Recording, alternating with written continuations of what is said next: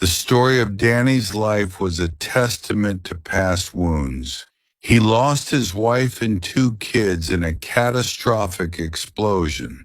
His wife and daughter were found and given a proper burial, but his son's body was nowhere to be found.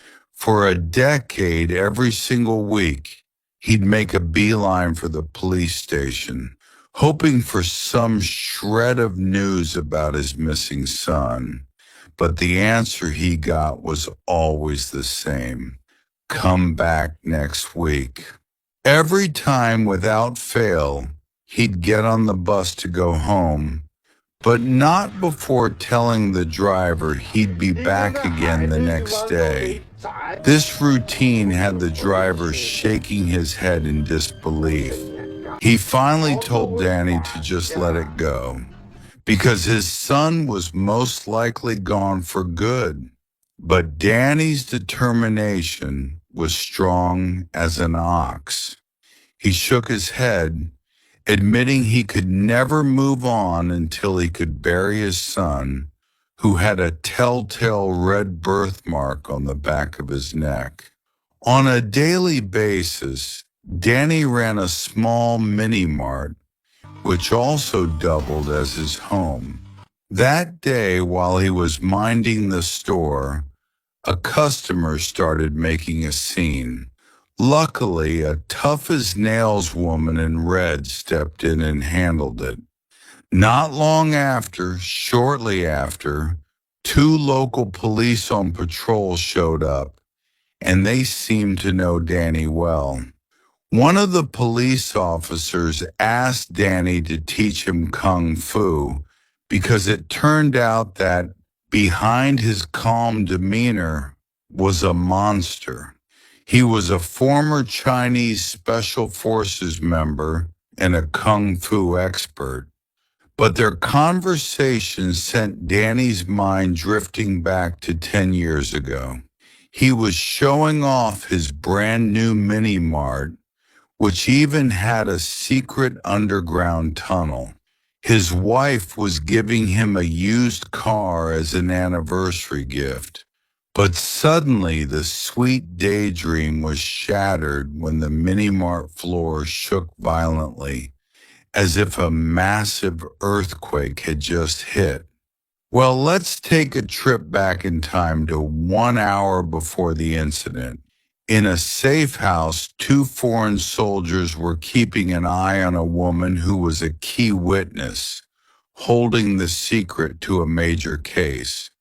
Meanwhile, outside the house, some local teenagers were getting on the nerves of the foreign soldiers, taunting and chasing them.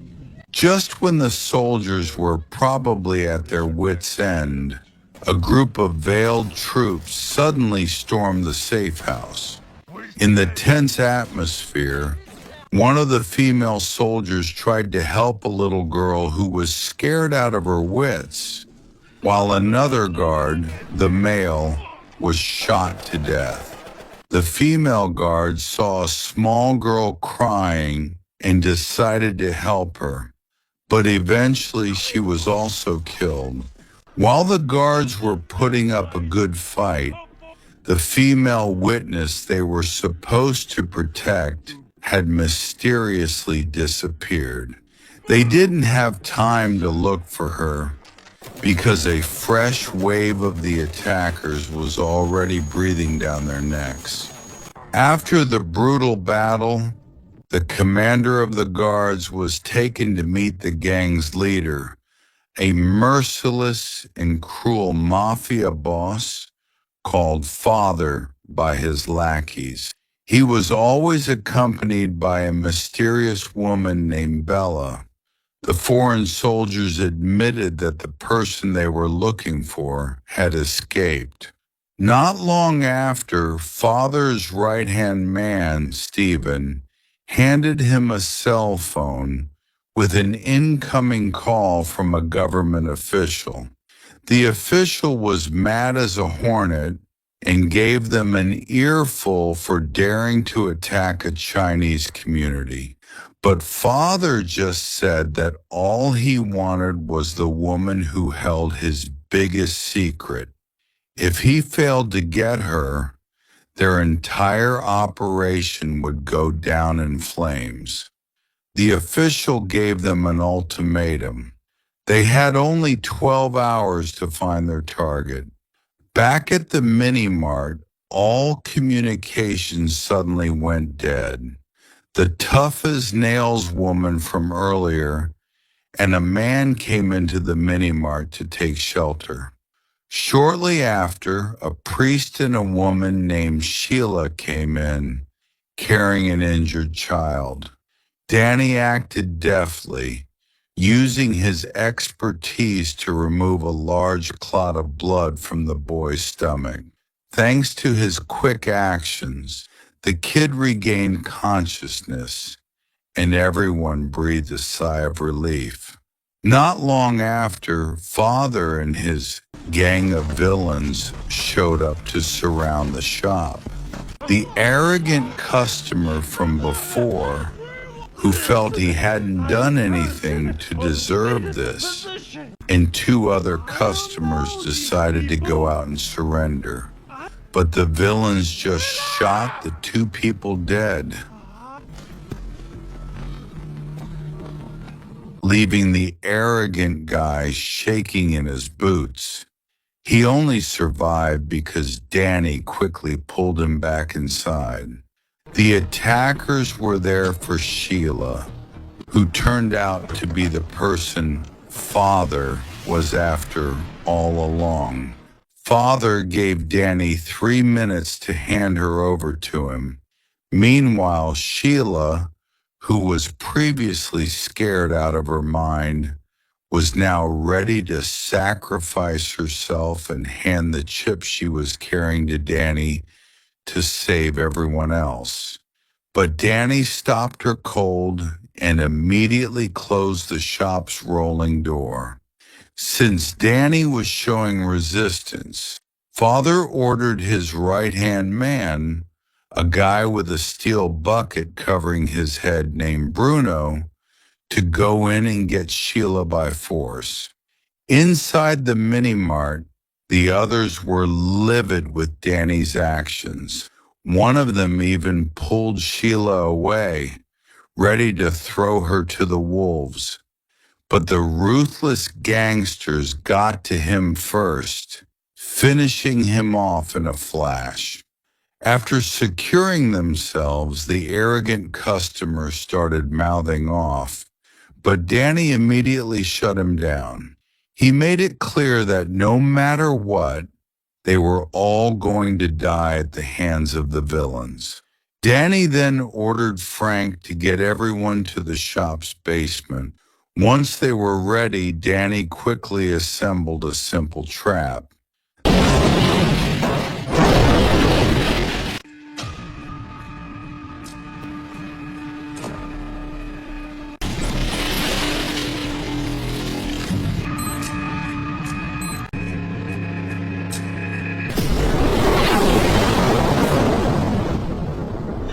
The cover to the tunnel turned out to be a real pain in the neck to open, but with his expertise as a former Special Forces soldier, Danny opened the lid using his knowledge of science and engineering. At the same time, Bruno and his troops managed to bust into the mini-mart, but they didn't realize that Danny's trap was about to wipe them out in one go. Danny managed to get everyone into the underground tunnel, but because the exit door was rusted shut, Danny, Frank, and a homeless man named Cat with his kitten were forced to go back upstairs to grab some equipment. Danny used a smoke bomb to trick the gangsters outside, buying them some time while Frank and Cat grabbed the things they needed. But unexpectedly, Bruno was still alive and immediately came out swinging at Danny. When Danny was on the ropes, Cat suddenly appeared and helped him. Unfortunately, Cat ended up dead after Bruno attacked and threw him away. Not long after, the other villains entered, forcing Danny to face them all alone. Somehow, despite being outnumbered, Danny managed to end them all. And finally, Bruno, who was considered Father's strongest lackey, died tragically at the hands of Danny.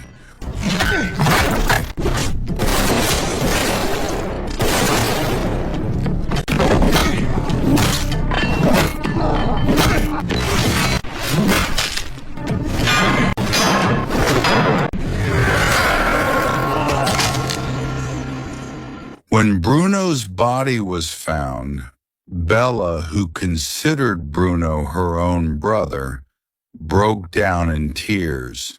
Father approached her and told her not to wallow in sadness. But Bella, who was filled with rage, was hell-bent on hunting down Danny all by herself. Father tried to talk her out of it, but Stephen immediately stepped up and volunteered to go. Since they only had 7 hours left on their deadline, Father knew he needed to keep Stephen focused. He ordered the other men to catch up with Bella to support her instead. Meanwhile, in the underground tunnel, Danny told the others to keep on moving while he stayed back to intercept the enemy and bought everyone some time to escape. He knew he was up against it, but he was willing to take the chance. After finishing off the lackeys, a fierce fight broke out between Bella and Danny.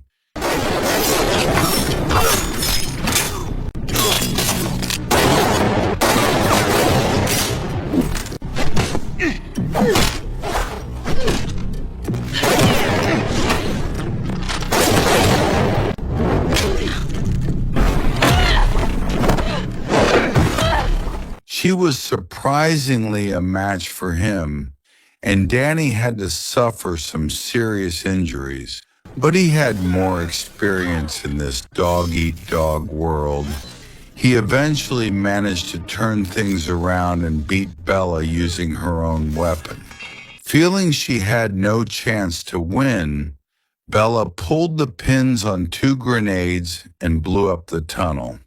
The blast knocked Danny unconscious. Then, in his subconscious, Danny found himself drifting back to the past, dreaming about the day his son gave him a watch that could be used as an alarm.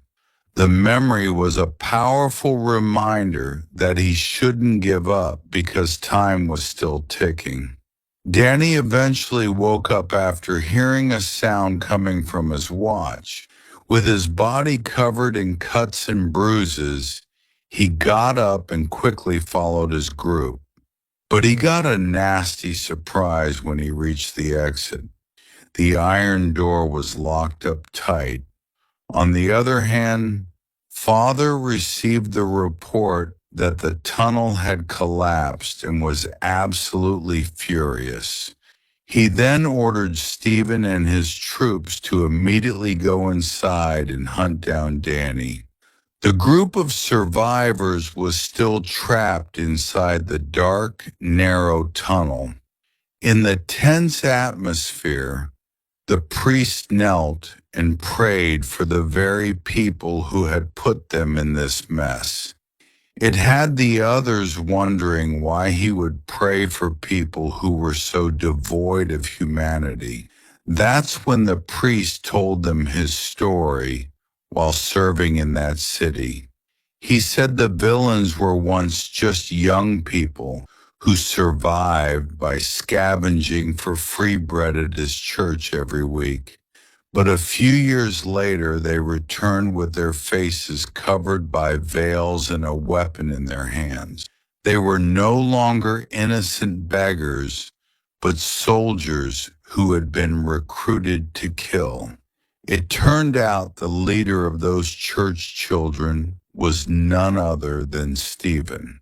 Bitter memories came crashing down on Danny once again. He dreamed of a time when his body was covered in wounds and his family was trapped in a burning car. He witnessed it all, but was powerless to help. He could only stare and feel a sense of dread as the fire devoured the people he loved. When he suddenly woke up from his nightmare, he found Sheila sitting beside him. It was there that Sheila finally revealed a huge secret.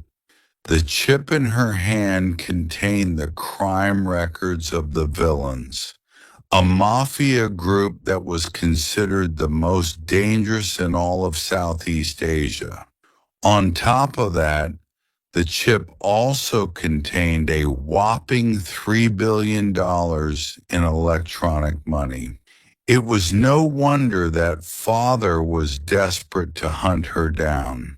Sheila also admitted that she had been part of the criminal organization where all the members were orphans who had been trained to be killing machines. Because she was an expert with computers, she became part of the IT team and was given access to all the secret files. It was from there that she learned that the riot that had left them orphaned was actually planned by the organization itself. For 3 years, she prepared her escape with the chip. Now she wanted to hand it over to Danny because she was worried that she wouldn't survive. But Danny refused, saying he had only lived to look for his son. He insisted that Sheila had to make sure the chip reached the right hands. In the midst of their despair, a cold gust of wind blew, signaling there was a gap in the wall leading to the outside world. Frank immediately went looking for the source of the wind and found a fragile wall that could be broken through.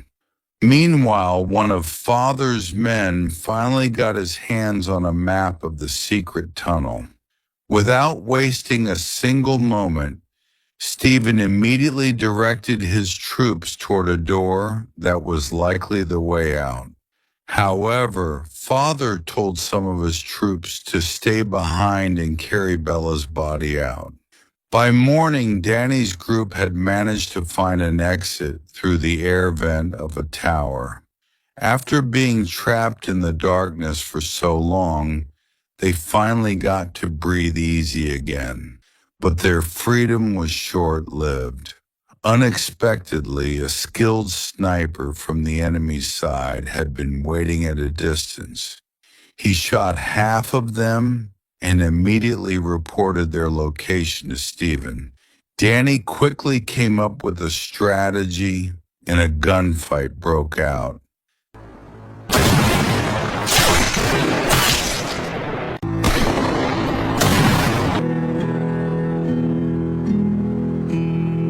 Thanks to Danny's accuracy, he managed to take out the sniper.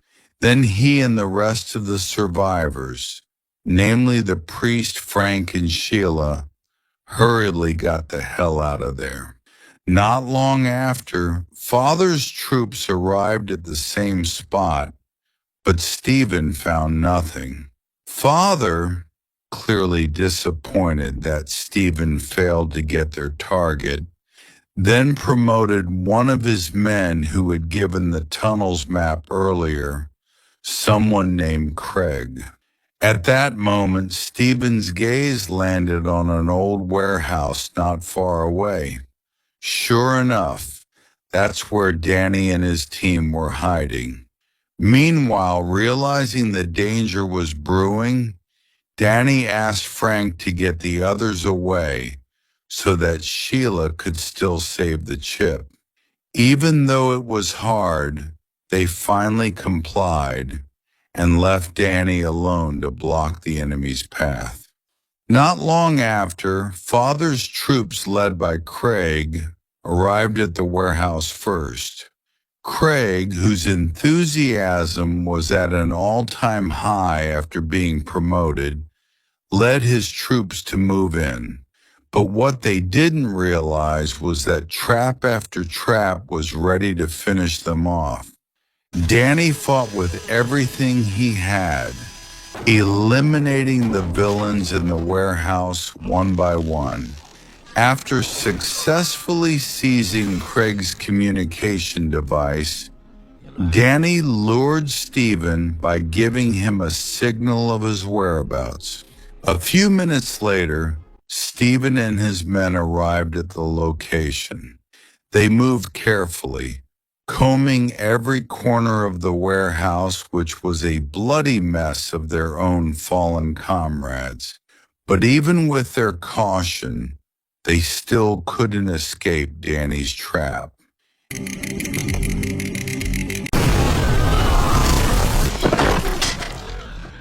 An explosion happened and wiped out Stephen's men, leaving it time for Danny to go one-on-one against Stephen. But in a moment of plot twist, it turned out that one of Stephen's men was still alive and managed to corner Danny. Luckily, Frank, Sheila, and the priest arrived just in the nick of time to save him. Just when Danny had managed to paralyze Stephen, his watch alarm rang in the middle of the silence, and that's when the biggest plot twist was revealed. Danny saw a red birthmark behind Stephen's ear, a perfect match to his son's. His body instantly went limp as he realized he was fighting his own flesh and blood. But Stephen, who had no idea, unexpectedly attacked him. Danny, who did not fight back, simply resigned himself to the knife stabbing into his stomach by the child he had been looking for 10 years. In this heartbreaking moment of reunion, Stephen finally realized that the man he had nearly killed was his own father. The tragic moment was ruined by the sudden arrival of Father, who plunged another knife into Danny's stomach. Coldly, he ordered Stephen to finish Danny off. But Stephen, who had always felt cheated because Father had spoiled Bella more than him, unexpectedly refused and turned on his own kind.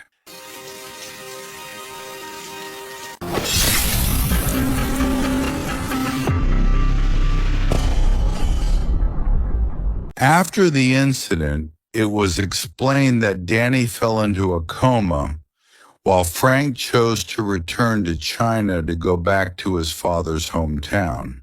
On the other hand, Stephen was sentenced to life imprisonment. At the very end of the film, we are shown Sheila meeting the priest at the airport. She handed over the chip, but suddenly the priest's expression changed. In a final bitter twist of fate, the pastor turned out to be a loyal henchman of the boss and had secretly taken the drive from Sheila. The film ends with Sheila's look of surprise, leaving an unanswered mystery for a potential sequel.